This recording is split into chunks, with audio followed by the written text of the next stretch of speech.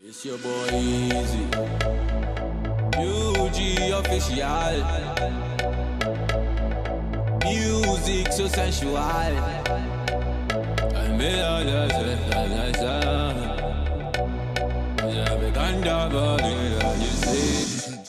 Souvent, nous avons l'habitude de rencontrer des personnes dans la rue. D'aucuns se font passer pour des artistes merveilleux, d'autres comme des artistes tout court. Mais celui que nous allons recevoir ce soir, ou c'est maintenant, c'est quelqu'un qui ne fait pas tellement parler de lui, mais il fait parler plus sa musique. Et celui-là, un temps avec, se proposait de le recevoir pour vous. Merci de votre fidélité à notre programme. Et l'invité d'aujourd'hui n'est autre que Fred Kabeya. Vous posez bien la question de savoir qui est Fred Kabeya. Oui, ceux qui ont eu à le rencontrer, à l'écouter, à le voir jouer, le connaissent déjà. Mais est-ce que tout le monde le connaît? Je ne pense pas. C'est pour cela, il va aujourd'hui s'ouvrir à vous, vous dire qui il est, pourquoi est-ce qu'il a choisi de faire la musique, et une musique qui n'est pas celle que nous attendons tous. Bienvenue à votre émission. Comme vous pouvez le constater, je ne suis pas seul sur ce plateau. Comme je vous l'ai annoncé au début, je suis avec Fred Kabeya. Fred, nous voulons savoir exactement qui est Fred, quel est son parcours, avant de parler de l'artiste musicien.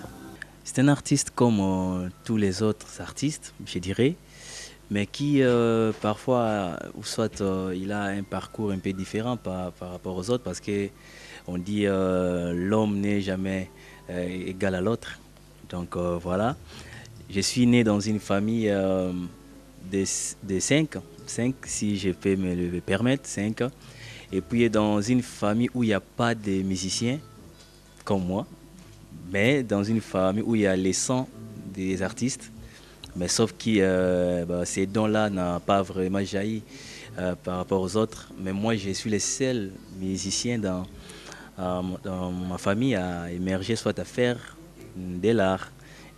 Et puis, bien sûr, il y avait mon grand frère aîné qui jouait de la guitare, qui chantait, qui m'apprenait de la guitare, mais il n'a pas eu la chance de continuer avec la musique. Et puis voilà quoi, donc c'est ça Fred Kabeya en fait. Oui, Fred Kabeya, issu d'une famille de 5, dans laquelle on ne trouve pas d'artistes musiciens, même s'il y avait le sang musical déjà, puisque le grand frère jouait de la guitare, comme tu viens de le dire. Et Fred Kabeya, en dehors de ce côté musical, quel est son parcours académique? Parce qu'on ne peut pas dire quand même que Fred Kabeya nous fait de la musique, le genre de musique que nous écoutons, que les téléspectateurs vont écouter tout à l'heure.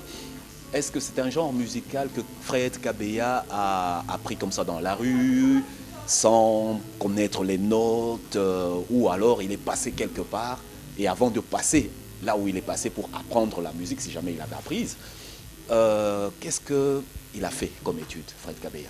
Mon parcours artistique, c'est plutôt simple, soit clair, je dirais.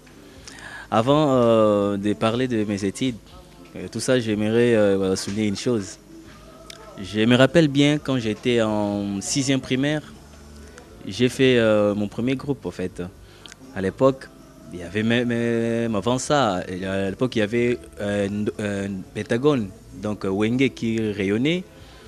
On était encore des petits, on dansait sur la musique de Wenge, Pentagone. À l'époque je dansais. Et après la mort de mon père, on est allé à Kitambo. J'étais en 6e primaire, j'ai fait mon premier groupe. On faisait des concours de quartier des groupes en fait. Et c'est là que j'ai pris en fait les goûts d'être musicien. Et après, je me suis plus donné aux études. Je suis allé étudier la mécanique à l'IPG, de 3e jusqu'à 5e. Et j'ai arrêté avec ça parce que c'était plus compatible. Donc je me sentais plus musicien que mécanicien. J'ai arrêté avec les études, j'étais en 5e. Et puis je suis allé à l'INA me renseigner. On m'a dit qu'il y avait les humanités artistiques aussi. Et on m'avait obligé de répondre la troisième. Et avec ma mère, c'est vrai, elle n'était pas d'accord. La veuve, donc elle était seule, elle voit que non, tu étais déjà en cinquième, et puis tu vas rentrer en troisième avec les frais, les coûts, tout ça. C'était pas vraiment évident. Donc, c'est-à-dire, on avait un peu des différends avec ma mère. Mais tellement c'était mon souhait, c'était ma passion, c'était les goûts que j'avais. Je me suis inscrit à l'issue de ma mère. Puis voilà, moi c'est la troisième. C'est cette même année-là que ma mère elle est morte. Dommage. Troisième, quatrième, cinquième, puis sixième, j'ai fini à l'INAS, donc Institut des Arts et des Spectacles. Et après, je suis directement, donc j'ai continué avec les supérieurs à l'INA. Et là, j'ai fait l'ethnomusicologie. Mais à l'INAS, je faisais la guitare. Et puis au supérieur, j'ai fait l'ethnomusicologie. Voilà un peu le parcours, si on peut le dire, scientifique. Donc c'est ça. Oui, un parcours élogieux, si on ose dire. Parce que là, on découvre quand même un mécano-musicien. Ça commence toujours par la lettre M, les deux. Ça rime, on se rend compte. M, c'est pratiquement la même chose. Donc ce qui fait que vous qui nous suivez, vous aurez peut-être raté cet artiste de grand talent parce qu'il allait être mécanicien. Mais voilà qu'il a vraiment persévéré. Alors là, c'est vrai, tu as perdu tes parents. Et aujourd'hui, tu deviens celui que tout le monde apprécie dans les divers spectacles où on t'écoute, où on te voit jouer, où tu es vraiment, comment est-ce qu'on peut dire, une bête de la scène. Et en parlant aujourd'hui de toi, Fred, musicologue, ethnomusicologue, musicologue tout court, mais aujourd'hui, pourquoi avoir choisi cela et en quoi est-ce qu'on peut le ressentir dans ta musique? Ouais, j'ai fait les études d'ethnomusicologie. En fait, l'ethnomusicologie, c'est la recherche musicale. J'ai choisi faire d'abord l'ethnomusicologie parce que je me sentais plus africain dans ce que je faisais. Je me sentais plus africain dans mon sang parce que je le suis. Personne ne peut le changer. Alors j'ai été un peu révolté par rapport à notre étude à l'Institut national des arts, si je peux le dire comme ça, parce qu'il y a trois options. Il y a l'interprétation, il y a l'écriture musicale et puis il y a l'ethnomusicologie, donc la MCC, musique et civilisation congolaise. Alors voilà, tellement j'ai regardé si j'ai fait le choix d'interprétation, je vais interpréter quoi? Les œuvres occidentales. Et puis je me suis dit, en tant que conservateur de ma culture, parce que j'ai la mission de le faire en tant qu'artiste, j'ai choisi de faire le MCC, l'ethnomusicologie, donc faire les recherches musicales par rapport à notre musique africaine et congolaise. Alors je dirais ça a une grande influence dans ma musique parce que déjà mon esprit est ouvert à faire des recherches musicales dès la base de l'enseignement de mes études. Alors j'amène ces mêmes esprits dans la musique professionnelle. Donc vous allez voir si on va en parler plus tard. Mon style, il y a les mélanges de beaucoup de choses dont je vais expliquer. Donc je crois que c'est vraiment l'influence de la base de mes formations scientifiques, je dirais. Oui. Si je comprends bien, l'ethnomusicologie que tu as fait et aujourd'hui influence ton genre musical. Oui, avant d'arriver à ton genre musical, nous allons un peu demander à la réalisation de nous permettre d'écouter une chanson de Fred Kabeya au choix du réalisateur. Est-ce qu'il va nous amener dans un des spectacles qu'il a produit ou est-ce qu'un concert ou un clip? Mais le réalisateur va nous choisir un morceau de Fred Kabeya et après cela, nous saurons de quoi est-ce qu'il s'agit réellement dans son genre musical.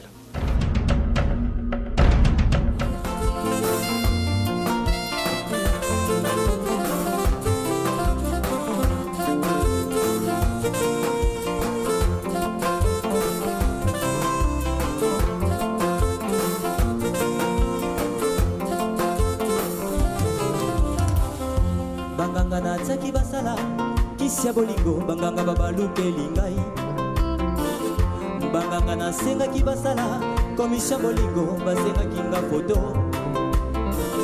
foto ya pambanganga tali a tombé d'amoureux heureusement pour nanga na sala inane ya ba construction ba parole kolinga ye ata yola musime se Pythagore asala formula bolingo akokoka te po matete physique ya bolingo ezalaka grand compliqué kolinga mwasi nzoka ezalaka pasi nanga nayebaki te Flora Katanda kolinga mwasi nzoka ezalaka ngambo kayo nayebaki te Roli Mulumba o bolingo eza science exacte bolingo eza science exacte bolingo eza science exacte bolingo eza science exacte papa simba mama na malinga tobina rumbo yo ya frima papa simba mama na malinga tobina rumbo yo ya frima bolingo eza science exacte bolingo eza science exacte bolingo eza science exacte bolingo eza science exacte papa simba mama na malinga tobina rumbo yo ya frima papa simba mama na malinga tobina rumbo yo ya frima Oliva Bona bolingo les formules et la clé se trouva c'est lui qu'on aime. Voilà, chers téléspectateurs internautes, vous qui nous suivez, nous venons de suivre cette chanson Lolango. Et dans cette chanson, il y a une phrase qui m'a beaucoup plus captivé, c'est celle d'entendre dire que Bolingo ezali science exacte. Fred, Bolingo science exacte. Nous savons certainement que 1 plus 1 ça fait 1. Alors est-ce vraiment une science exacte? 1 plus 1 égale 1. Ouais, en fait, lorsqu'on dit Bolingo ezali science exacte, en fait, l'exactitude de l'amour, c'est ce qui n'est pas exact en fait. Donc ce n'est pas le vrai sens, la logique, mais c'est les sens en envers. Parce que lorsqu'on drague une fille, soit une meuf, nous on a nos idées, mais la femme c'est quand elle va t'accepter. Donc chez elle il y a une exactitude, donc il y a un moment vraiment bien calé, qu'elle sait tout, elle planifie tout. Donc je vais les laisser et puis il va dire ça, mais j'aurai un temps, une période dont je vais accepter. Et puis vous avez dit 1 plus 1 dans l'amour c'est 1. Donc c'est ça l'exactitude au fait de l'amour. C'est-à-dire lorsqu'on sait que 1 plus 1 égale 1, donc c'est une science exacte. Donc c'est-à-dire on dit science déjà, ce qui respecte des normes, c'est qui est normatif quoi. Et puis j'ai l'impression comme si l'amour donne les mêmes résultats. Donc si vous suivez les histoires des amoureux décis, soit des amoureux glorieux, tout ça, il y a presque une même histoire qui se répète. Donc dans l'amour, on ne vante pas la roue, donc ça, c'est la même chose. Donc de génération à génération, on raconte la même histoire de l'amour. En fait, c'est ça l'exactitude de l'amour. Oui, nous venons de suivre l'explication qui vient d'être donnée. Mais Fred, quelque part, on aimerait bien savoir si Fred, tu as eu à si bien le dire tout à l'heure, que tu as eu quand même un groupe. Et en dehors de ce groupe-là, est-ce que Fred